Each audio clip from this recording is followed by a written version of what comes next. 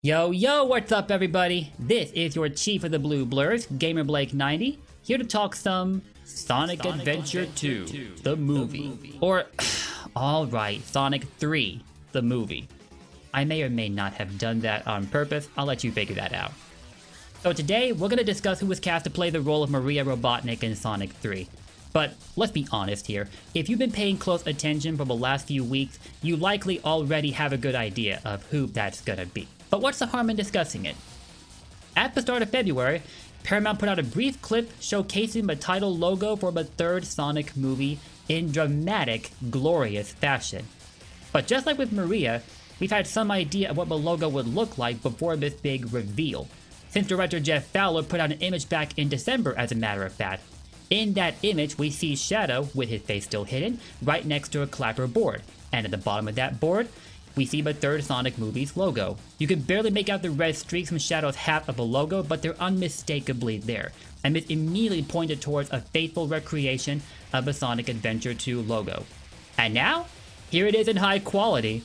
And man, as a longtime fan of Sonic, let me just say that the logo looks beautiful. If you had told me we'd ever see anything like this in a movie of all things, I would have called you a liar. It's been so long since the Adventure series was revisited in any way. Sure, there's references in Sonic 2, including the creation of the Guardian Units of Nations, or GUN as we've always called them. But we didn't think they'd go any further than bring in Easter eggs from various aspects of Sonic, until the very end of Sonic 2, and ever since then, it's all snowballed from there.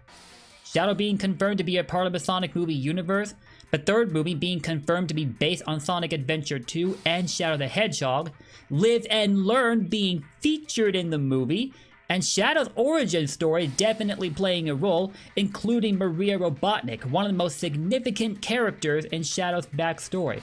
But it's actually all happening. And it's amazing! I feel like I'm living in another reality right now. There's no way this is actually happening!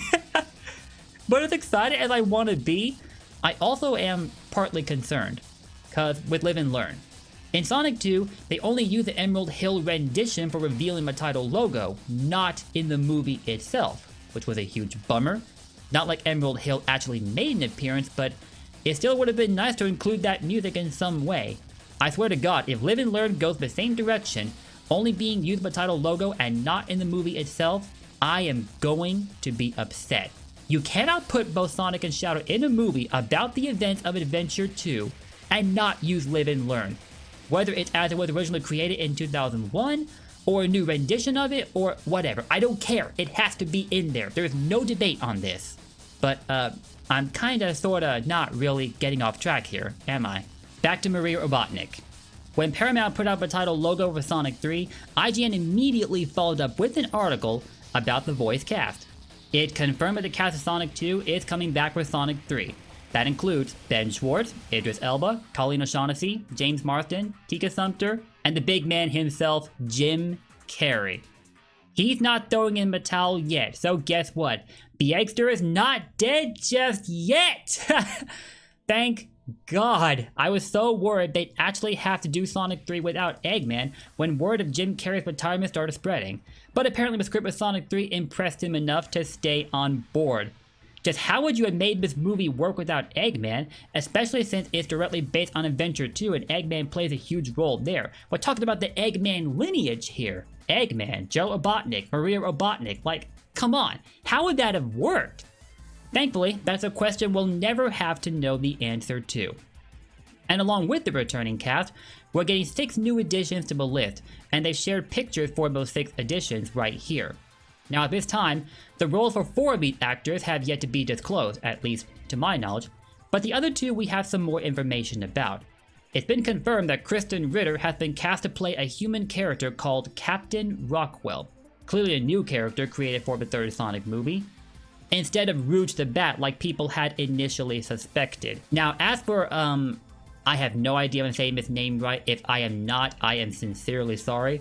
But as for Alyla Browne here, I think it is, she's pretty much been suspected to be playing Maria Robotnik, even though they never directly said that when the title logo was first shared. But the Sonic 3 cast had been sharing photos of their time on set via Instagram.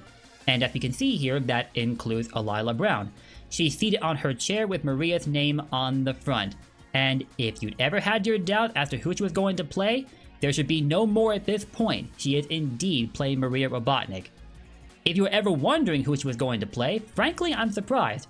Because if we look back at the photos of the newer voice talents here, we know that Maria Robotnik in the series is a young girl. And which of these actors here fits that description the best? Yeah, Alyla Browne. So it was painfully obvious who she was going to play, even if it wasn't directly said at the time. Who else could it have been? But if you were wondering for any reason, well, your question's just been answered. We all see Alyla wearing what looks like a coat backwards. If you know your Sonic history, you know the inevitable fate Maria's character will meet in the movie, so you can already guess what purpose this coat is going to serve. A body bag. And that in turn leads me to, well, to talk about something I'm reluctant to talk about. It's been a common joke among the Sonic community that Sonic fans are overly excited to see a child character meet her demise on screen. And when you put it that way, it sounds so horrible!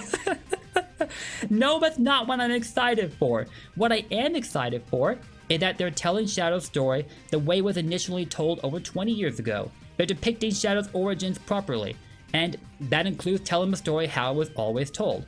That sadly includes highlighting the demise of Maria Robotnik, and, well, God, I feel so horrible now. No, I don't want to see a child character die, in case you were wondering. It's only ever been implied in both Sonic Adventure 2 and Shadow the Hedgehog. You don't see the bullet being fired on screen that kills her, you just see it heavily implied.